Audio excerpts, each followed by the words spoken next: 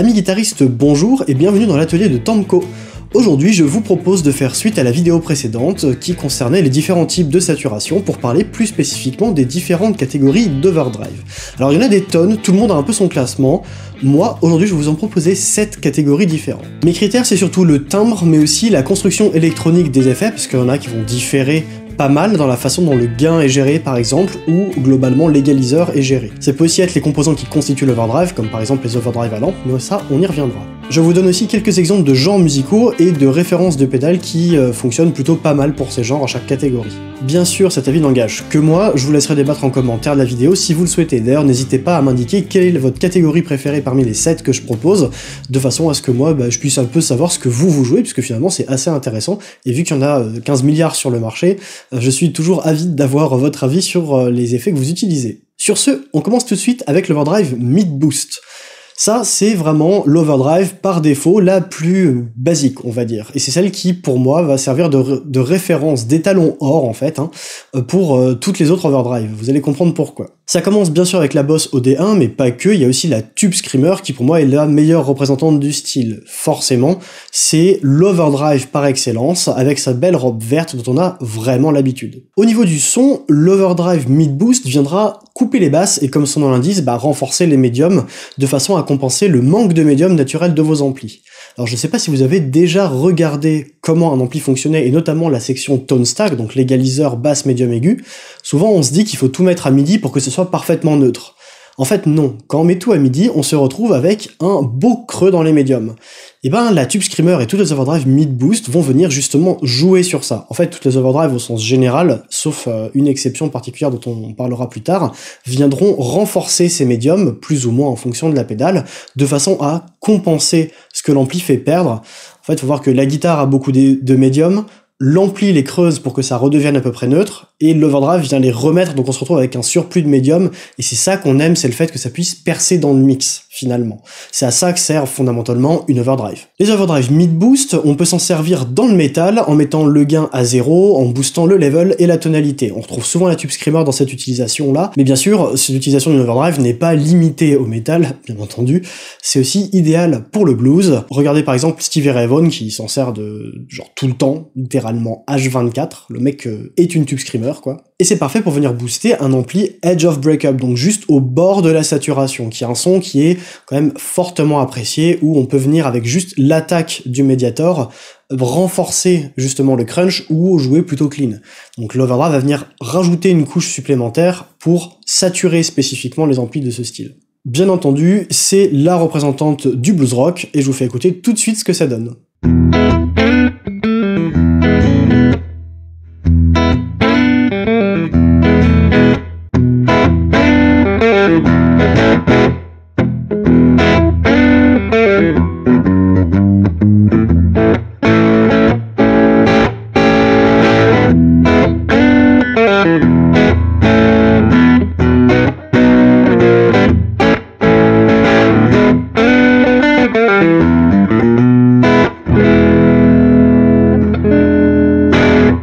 On retrouve ensuite les overdrive transparentes. Alors là, bien entendu, la première qui vous vient à l'esprit a été inventée par Bill Finnegan en 1994, c'est bien sûr la Clone Centaur. Ah oui.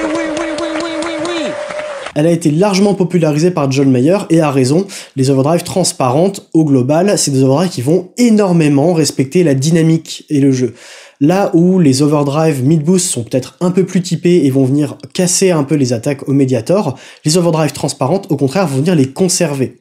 Donc la Clone Centaur, elle est vraiment connue pour ça. En fait, le contrôle de gain est un vrai blend entre un canal clair et un canal saturé. Ça vient faire un mélange entre les deux dans la construction interne. Toutes ne font pas ça, mais la Clone, c'est sa caractéristique principale. Et du coup, ça s'entend, parce qu'on garde le sustain et le son saturé en arrière, lorsqu'on monte un petit peu le gain, et on garde quand même les attaques qui vont traverser la pédale quasiment intouchée et venir attaquer l'ampli plus fort. Les overdrive transparentes n'ont pas tendance à dénaturer votre jeu, ni votre ampli, ni votre guitare d'ailleurs, donc on reconnaîtra bien si vous jouez sur des P90, sur des humbuckers, sur des micros single coil, ou si vous jouez sur un Marshall, un Fender, etc. Ça va pas venir effacer, si vous voulez, le son que vous avez d'origine avec votre instrument et le reste de votre configuration. Elles sont vraiment là un complément pour respecter au maximum vos nuances et du coup la chaîne sonore. Plus récemment, et très appréciée à Nashville, on a la Lightspeed de Greer Amps, qui est une overdrive transparente, elle aussi, beaucoup plus chaleureuse que la clone. Elle ne viendra pas couper les graves, elle les renforce. Elle va conserver pas mal de graves, tout en ayant cette belle bosse dans les médiums. Et en plus, elle va avoir un headroom assez élevé. Ça veut dire qu'on va pouvoir saturer assez tard dans la pédale. Il n'y a pas le même système de blend que sur une clone, mais comme la saturation se produit plus tard, on garde cette espèce de dynamique. Si vous voulez que votre ampli réagisse beaucoup à vos nuances, vous pouvez utiliser ce genre d'overdrive. C'est idéal dans le blues, mais aussi dans le rock, et bien sûr, ça se stack très bien. Comme il n'y a pas beaucoup de gains en général sur ces saturations-là, parce qu'elles gardent beaucoup de plage de dynamique justement, on peut venir mettre une overdrive par exemple mid-boost juste avant pour attaquer plus fort l'overdrive transparente, qui va du coup conserver cette espèce de chaleur et ce grain particulier que vous aurez choisi. Et c'est ça qui va vous donner un stacking parfait. Donc on va beaucoup parler de stacking aussi dans la vidéo. Je vous fais écouter ce qu'une clone Centaur donne tout de suite.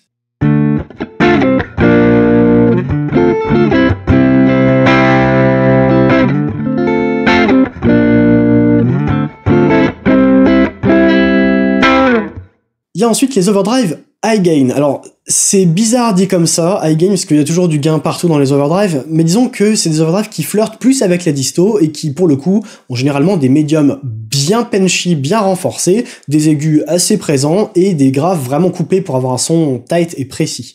Ça, c'est par exemple le cas de la Full Tone OCD ou de la Sir Riot, qui est une alternative assez sympa, plus ouverte et plus dynamique. Elles ont clairement un son beaucoup plus nerveux et moderne, donc là c'est plus typé rock, hard rock. Clairement, c'est marqué. Pour un son toujours plus vintage et grave, vous pouvez regarder la Crowther Audio Hot Cake. Donc c'est pas pareil qu'une OCD ou une Riot, c'est beaucoup plus roots parce que la saturation se produit pas dans des diodes ou des transistors, mais vraiment sur des puces d'amplification. Donc là on vient taper fort dans la puce, et c'est ça qui va globalement générer la saturation avec un son très crade. Elle se stack un peu moins bien à mon sens que les autres, mais marche très bien en collaboration avec les overdrive low gain dont on va parler juste après. Je vous fais écouter ce que donne une clone de Full Tone OCD, comme ça vous avez une idée.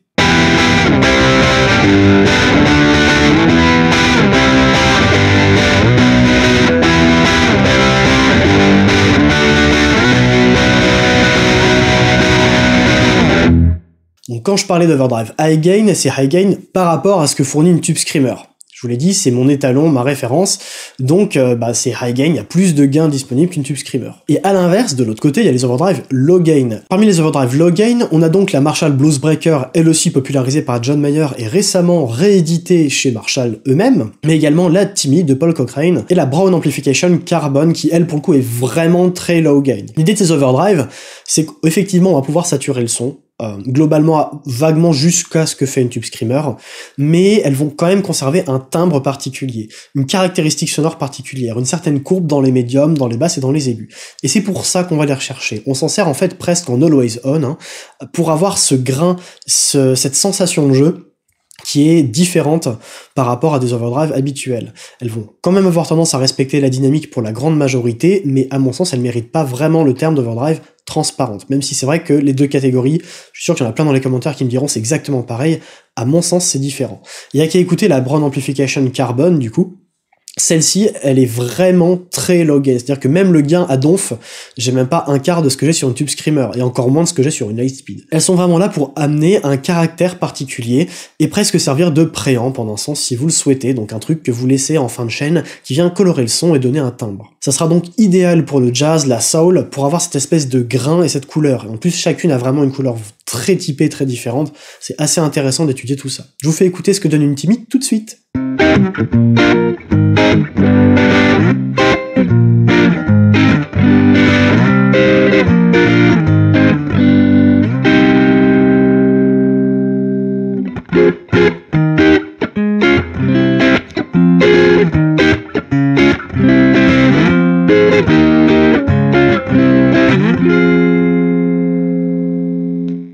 Vous l'aurez compris, les overdrive ont toutes tendance à plus ou moins booster les graves, les médiums et les aigus. C'est pas le cas de l'overdrive full range. Full range, c'est pour justement l'intégralité de la plage, si vous voulez, toute la marge. ça va vous prendre toutes les fréquences et tout saturer comme un bourrin. C'est l'exemple qu'on a avec la Xotic BB Preamp et le clone de chez Electro Harmonix, la Crayon, c'est exactement les mêmes pédales. Mais aussi, côté plus boutique moderne, la DRV 1981, qui bien que basée sur une rate à l'origine, en fait est tellement modifiée que c'est vraiment une overdrive qui vient saturer uniformément toutes les fréquences. L'idée, c'est de garder énormément de corps et d'avoir un son bien plus roots et vintage. On s'en servira donc plutôt pour du blues ou du rock typé années 70, début 80, grand max. C'est des overdrives qui vont avoir une saturation globalement un peu plus douce que ce que vous aviez avant, à l'exception de la low gain. Elles seront pas là pour compenser vraiment le creux dans les médiums de l'ampli, donc ça sera toujours marqué, assez présent, vous aurez vraiment un timbre différent. Donc c'est intéressant si vous souhaitez tester des overdrives avec un son très différent de ce que vous avez habituellement avec des overdrives qui ont tendance à amplifier pas mal les médiums. Pour simuler ça, je vais utiliser à nouveau la Timmy, mais réglée avec les basses et les médiums beaucoup plus poussés. En faisant ça, je vais conserver une plage de saturation plus uniforme, plus lisse, et je vais baisser légèrement le gain au passage.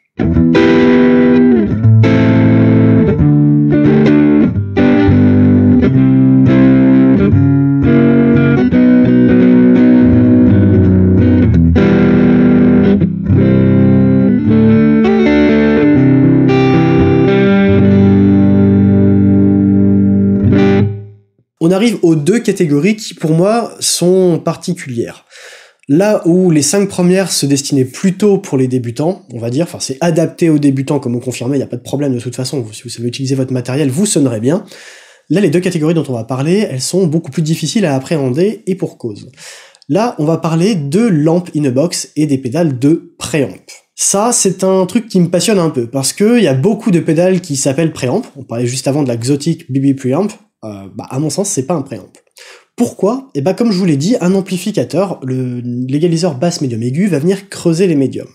Et la plupart des overdrives, elles conservent ces médiums, voire elles les accentuent. Donc parler de préamp, c'est pas exact, à mon sens, dans le sens d'un préamp de guitare. Là où la Xotic BB Preamp porte son nom, c'est plus parce que de par sa structure et la façon dont elle sonne, elle va se rapprocher d'un préampli de studio. Donc un truc qui est le plus neutre possible, avec basses et aigus qui sont chirurgicaux. C'est un peu l'objectif d'avoir des basses très précises, des aigus très précis. Donc on peut plus penser à un préampli micro si vous voulez. Les pédales de préamp dont je veux parler, c'est des pédales qui vont avoir la volonté de recréer le son d'un amplificateur, donc ça c'est plus le amp in a box, ou au moins de la section préampli, les pédales de préamp. Pour ce faire, il n'y a pas 36 solutions. La plus ancienne c'est certainement la Zivex Box of Rock, et peu après d'ailleurs la Box of Metal, qui ont l'objectif de donner un son plus Marshall, plus ou moins saturé, avec des transistors, avec une structure qui rappelle vraiment ce qu'il y a dans un ampli à lampe, mais pas fait avec les mêmes composants. Un autre exemple, c'est la Marshall Governor, qui est une lointaine voisine de la Bluesbreaker, mais avec un égaliseur 3 bandes. C'est d'ailleurs à ça qu'on va reconnaître la plupart des amp in a box et des pédales de préamp, c'est que souvent elles ont un égaliseur avec au moins 3 bandes, basse, médium, aigu. Alors parfois il y en a plus, ça peut être des égaliseurs graphiques, mais c'est plus rare. Si vous voulez un son qui est quand même plus moderne que les années 90 avec la Box of Rock, vous pouvez taper chez Rêve dans la série G, donc la G2, la G3, la G4 en fonction du niveau d'agressivité que vous appréciez dans votre son, ou la Friedman BIOD qui fait une copie de BE100 assez convaincante. Ces pédales sont bien plus complexes à régler, plus typées aussi de par leur structure, et vont parfois même servir dans le return de la boucle d'effet de votre ampli pour remplacer le préampli de votre amplificateur. Vous pouvez aussi souvent mettre une simulation de baffle juste derrière,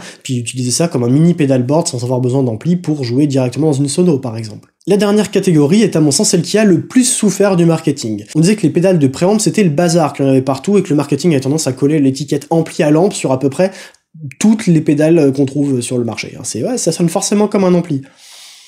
Bah non. Je veux bien sûr parler, cette fois-ci, des pédales à lampe. C'est tellement de bazar que je ferai une vidéo dédiée à tout ce qui est pédales à lampe et préamp. Ça sera à part, pour vous expliquer vraiment en détail comment ça sonne et pourquoi c'est si particulier. Comme leur nom l'indique, les pédales à lampe utilisent de véritables lampes d'amplification. D'ailleurs, je peux vous montrer à quoi ça ressemble, j'en ai à côté. Ça ressemble à ça, globalement. Donc là c'est tout petit, là je l'approche, mais c'est flou. Donc je vais vous mettre un insert, en fait, ça sera beaucoup plus facile. Le truc, c'est que ceux qui fabriquent des pédales à lampe ont tendance, enfin en tout cas avaient tendance, que maintenant c'est un peu moins le cas, à calquer du coup l'étiquette ampli à lampe dessus. Ça sonne tout pareil, c'est idéal, c'est magique, vous aurez le même son. Loin de là. Bien sûr, les lampes ça joue, mais c'est aussi tout ce qu'on met autour. Et si c'est pas la même structure que dans un ampli, ça sonnera pas pareil. En plus de ça, il y a vraiment deux catégories à mon sens de pédales à lampe. Il y a celles qui sont alimentées proprement, avec une alimentation du coup haute tension. On parle de 250 à 300 volts en gros, donc vous mettez pas les mains dedans. Ça c'est le cas par exemple des pédales de chez Effectrod, pour qui j'ai eu la chance de bosser pendant un moment en stage, et la Mercury Fuzz notamment, qui est la fuzz que j'ai co-designée et reprise depuis les schémas d'origine pour donner la version qu'il y a actuellement en vente. On peut aussi parler de la Tube Driver qui est utilisée notamment par David Gilmour. Ça a été fabriqué par BK Butler et marketé sous plein d'autres sous-marques et de noms différents. Il a filé le circuit à plein de trucs. Là, on est un peu à l'intermédiaire. Les lampes sont pas alimentées en 250 volts, mais en 48 volts. Donc ça commence à être un peu plus bas. Et à mon sens, tout ce qu'il y a en dessous, donc les pédales en 9 volts, en 12 volts, en 24 volts, on va être tellement bas que ça n'a plus du tout le même son qu'une lampe, hein. C'est vraiment plus du tout pareil. Bien sûr, c'est un son de lampe, mais c'est pas le son de lampe auquel on pense quand on parle d'ampli. Pourquoi ? Parce que le composant est juste pas suffisamment alimenté, donc il sature quasiment instantanément, et même parfois, dans certains circuits, ne passe pas de signal. Donc il faut venir vraiment l'alimenter correctement pour ça. C'est le cas par exemple de la Walrus Silt Fuzz, qui ne se cache pas de sous-alimenter particulièrement les lampes, mais aussi de quelques pédales de chez Behringer, et la Ibanez Tube King, qui elle dit clairement qu'elle sonne comme un ampli à lampe, alors que pas du tout, et qu'en plus il y a plein de transistors au passage. Donc ça, c'est là où je vois le problème marketing réellement, qui vient s'immiscer dans la vie du produit et dire acheter ça va être génial, alors qu'en fait c'est pas du tout ce qu'on cherche. Ça a un son vraiment particulier, je dis pas le contraire, ça peut être très crade, très fuzzy et bien travaillé comme la Walrus, ça sonne vraiment super. Dans les deux cas, qu'elles soient correctement ou incorrectement alimentées, ces lampes auront un son unique et très particulier. Je vous fais écouter ça en prenant la Gazelle comme exemple parce que c'est ce que j'ai comme préampli à lampe sous la main. Vous allez pouvoir écouter les deux à la fois, donc un préampli et à lampe.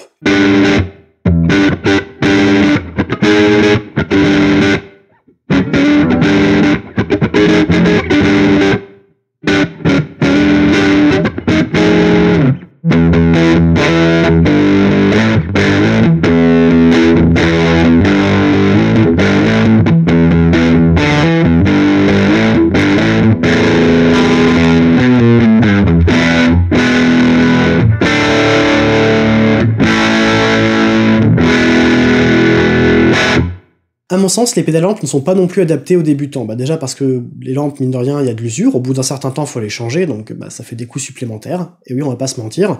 Et c'est plus orienté pour des gens qui ont déjà un jeu confirmé et une certaine recherche du son.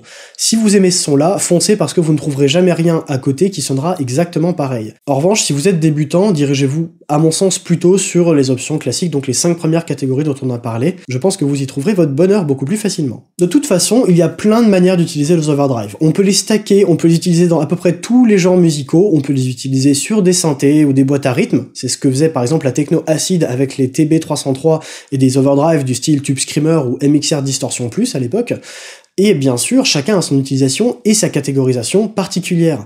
On va pas avoir la même volonté en achetant tel ou tel overdrive. Les catégories que je donne sont vraiment à titre indicatif et représentent ce que moi je voulais donner comme classement. J'ai vu des classements où il y avait genre 24 catégories ou plus. Ça commence à faire beaucoup, je voulais faire une vidéo de 20 minutes, pas de 2h30. J'espère en tout cas avoir été suffisamment exhaustif pour vous permettre de rediriger un peu ce que chaque overdrive fait et dans quel coin, et vous donner les grands noms des overdrive pour que vous puissiez continuer vos recherches. En attendant, je vous souhaite bonne musique et je vous fais la bise. Allez, à la prochaine!